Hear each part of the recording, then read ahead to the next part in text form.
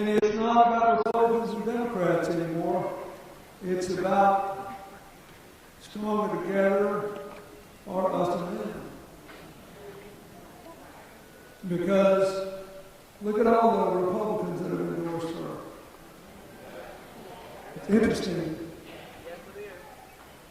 In Cincinnati, in Columbus, it's been 100 years since either one of these newspapers has endorsed a Democrat.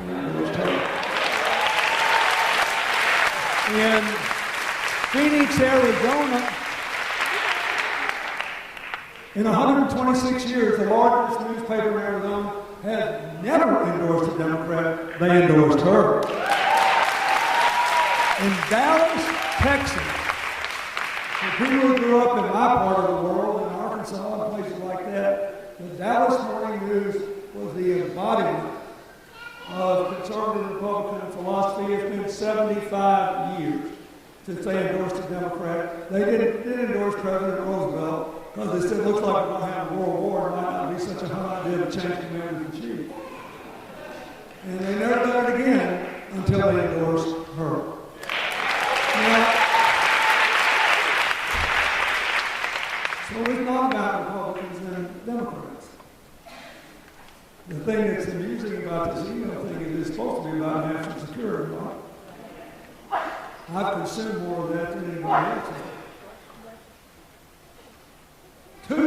At least two former directors of the CIA, including one 33-year career public servant, a man who spent his entire life trying to keep us safe, have endorsed her.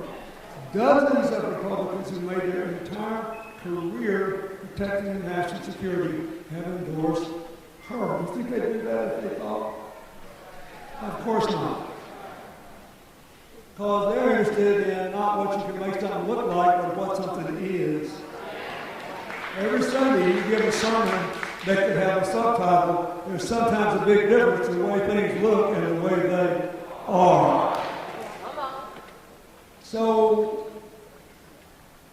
here's what the deal is.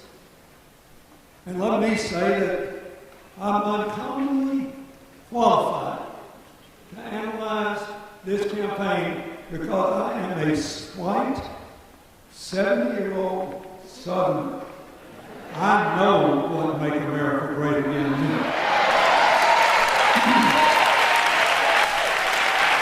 I know.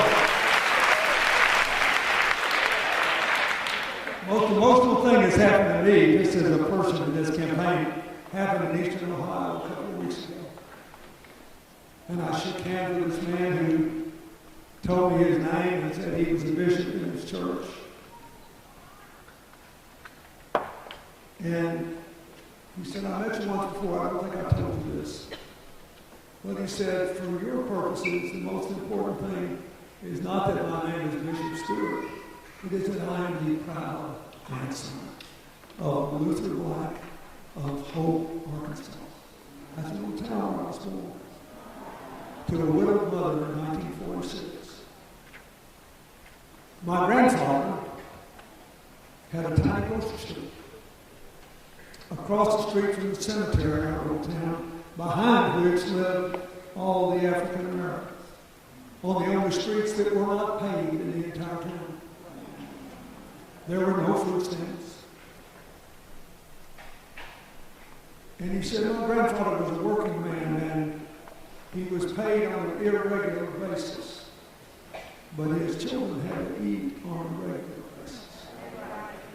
He loved your grandfather.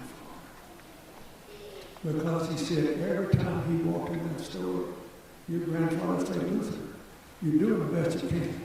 Anybody doing the best he can deserves to feed his family. You take what you need and come back and pay him when you can. Now, I'm telling you this because that's the kind of values I was raised with. Because when people look beyond what seems to be different, race, religion, or whatever, there is a beating human heart. I learned that from my grandfather. He taught me to look up to people other people look down. I adored him. But what I'm saying to you again is, we got to get back to that.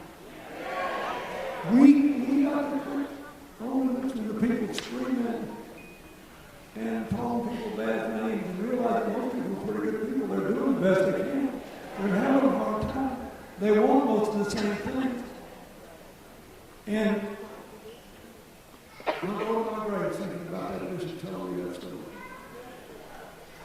Because that's the way America ought to work. That's what's stronger together means. So the choice is, what kind of America we're going to live in. One candidate says we're stronger together. The other one has said in 1,000 different ways, no, we're not. Isn't that right? No, we're not. One candidate said, I understand your anger, but what you need are answers. Answers are better than anger. The other candidate said, no, we're not. Let's be mad. One of them said, I understand your frustrations and your resentment, but what you really need is empowerment to change your life and your future.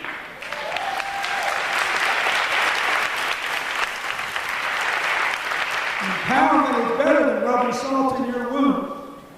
And the other candidate said, no, it isn't. I like rubbing salt in wounds. Making people mad, having sold a hateful sign, call people bad. One candidate says, look, we all love competition. It's football season. We're having a great World Series. We're about to have an election. Somebody wins, somebody doesn't.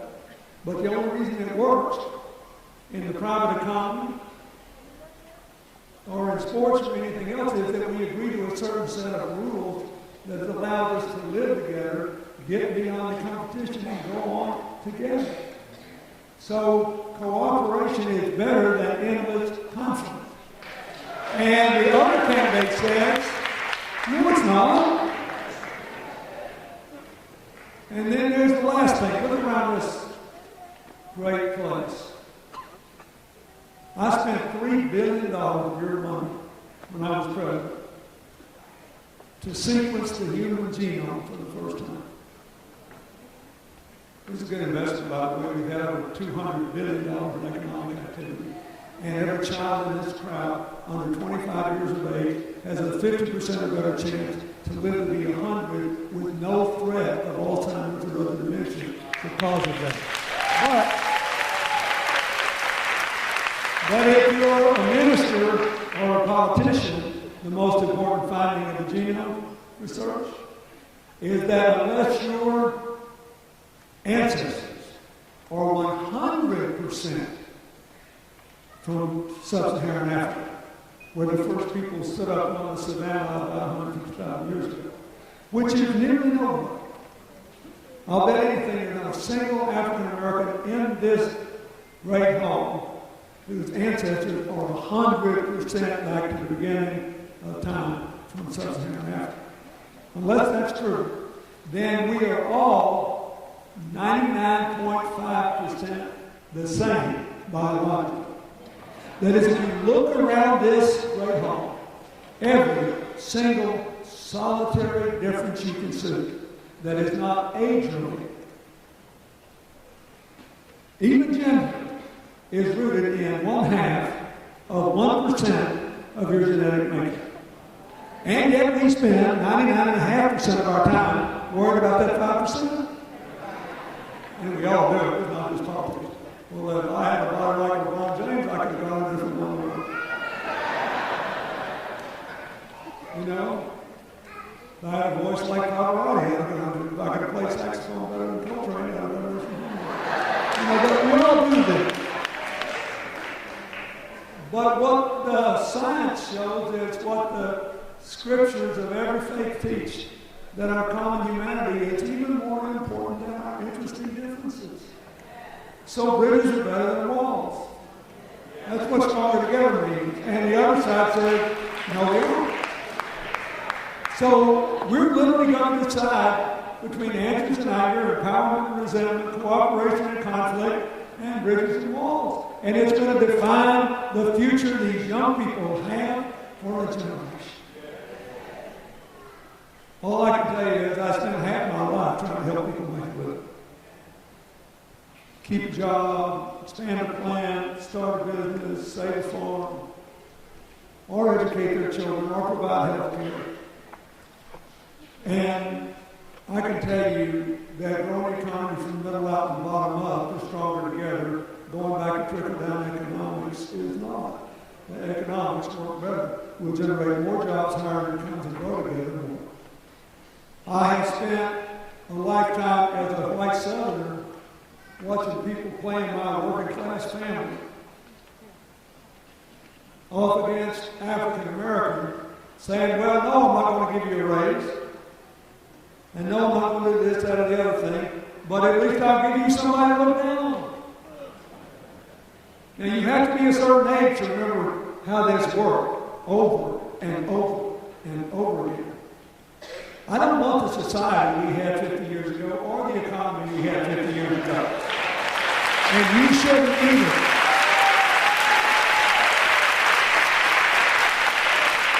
The legitimate complaint that a lot of Hillary's opponents' supporters have, legitimate, is that neither party has done enough to help people who've lost their old way of making a living begin again without having to leave home. But there's only one candidate that's offered a way to do that that makes any sense. It's the Stronger Together candidate. But we don't need that. 50 years ago wasn't so great for African Americans. 50 years ago wasn't so great for Hispanic Americans. 50 years ago wasn't nearly as secure for senior citizens. 50 years ago, kids with disabilities were seen through their disabilities, not their abilities, and not given the chance to go to school, and their parents a chance to work and to live. 50 years ago, our gay brothers and sisters were in closets.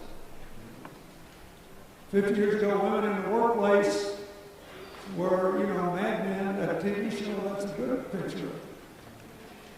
I mean, come on, folks. America is a tomorrow country.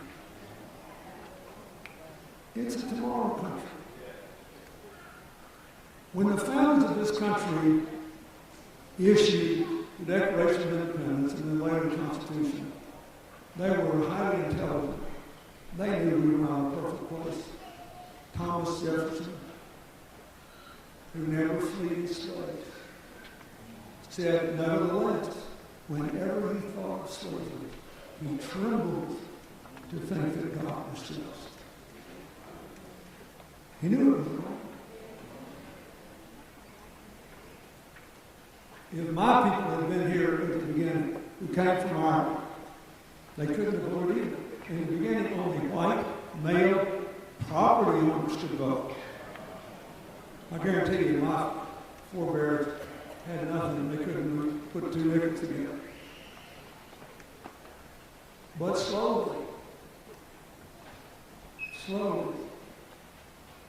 we began to widen the circle of opportunity and deepen the meaning of freedom and strengthen the bonds of our community to form what they said we always could do, a more perfect union. That's what Stronger Together means.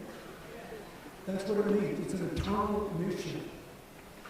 Then came wave after wave after wave of immigrants.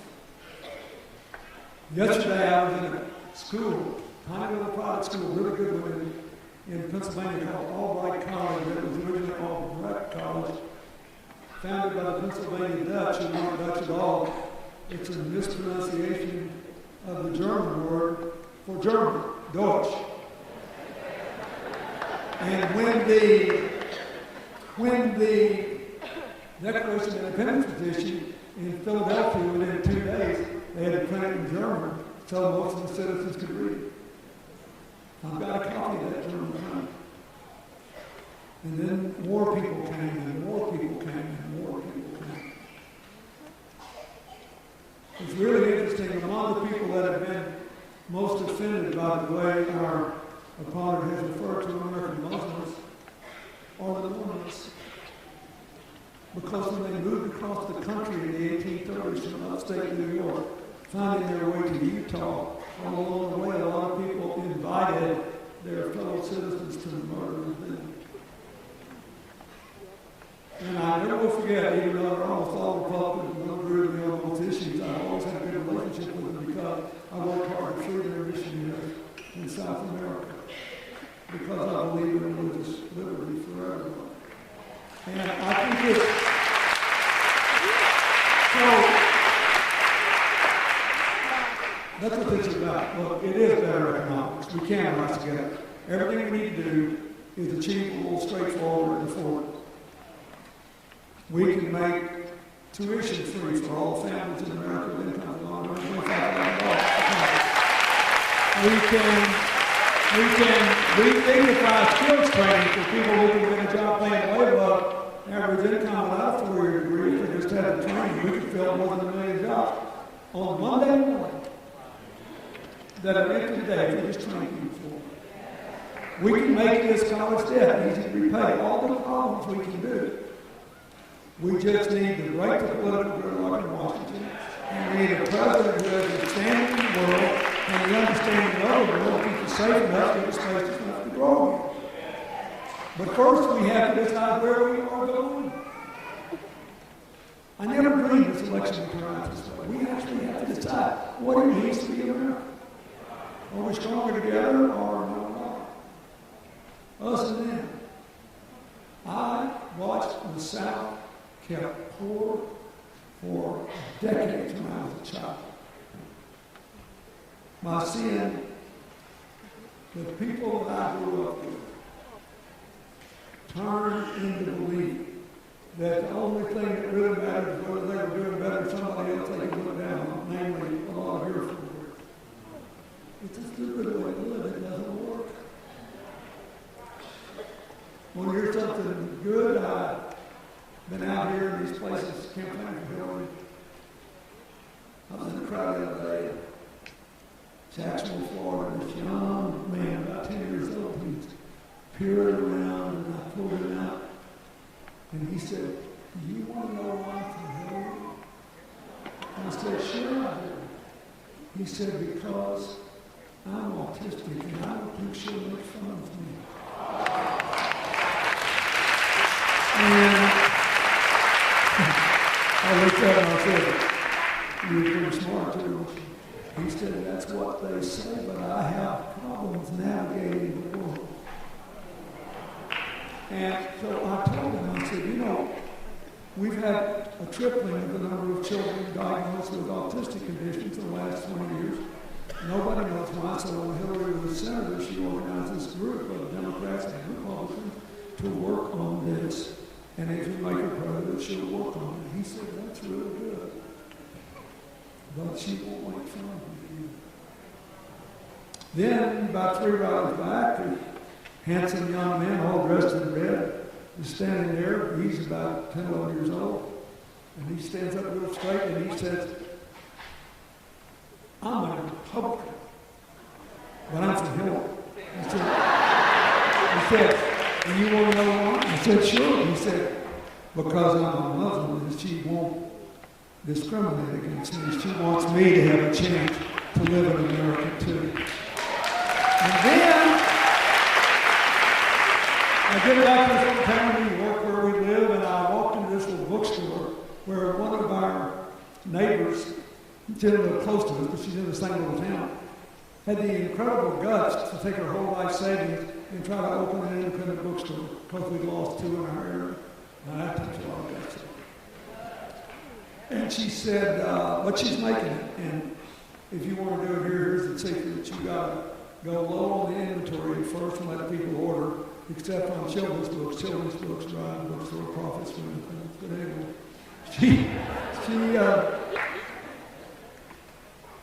she said, "Here's the essay my 13-year-old wrote on the first debate." So I'm reading the book, the essay. I couldn't have written this essay at 25. I'm not exaggerating. This was a brilliant young person. And he said, "You know, I had more confidence in Hillary after I watched that debate because she used facts to support her arguments and then came up with very specific suggestions, and her opponent just attacked her and everything else." And he said, "Plus which, at the time I heard her answer all these questions this way, I realized it must have been hard to do to learn all that and decide what you think. So I decided she cared about me." And he said, "It's very important to me because I have a severe muscular disorder, not mental, physical. And I want to know that at least I will be able to live as well as I can. In other words, I want somebody to see my abilities, not just my disabilities. To look beyond the surface to the substance, to see not what things seem to be, but what they are. So out of the mouths of these young people flowed all we all need to know about this election. I'm telling you, if I were 20 again, and I got one of those magic lanterns and the genie came out and said, I'll let you live wherever you want to in the next 30 years. You've got to decide what this second. I would pick the United States in a heartbeat. Why? Because of our youth, because of our diversity, because of our faith, because the freedom of religion has made us, rather than enforced religiosity, we've had freedom of faith, and we've become the most rich, faith-living country in the world. And we don't kill somebody for disagreement. So I'm just telling you, the next 30 years are going to be wonderful for us if we govern by stronger together. If we choose answers over anger, empowerment over resentment, cooperation over endless conflict, and prejudice over walls. It is the whole thing. It is everything. And look at these children. They deserve it. So,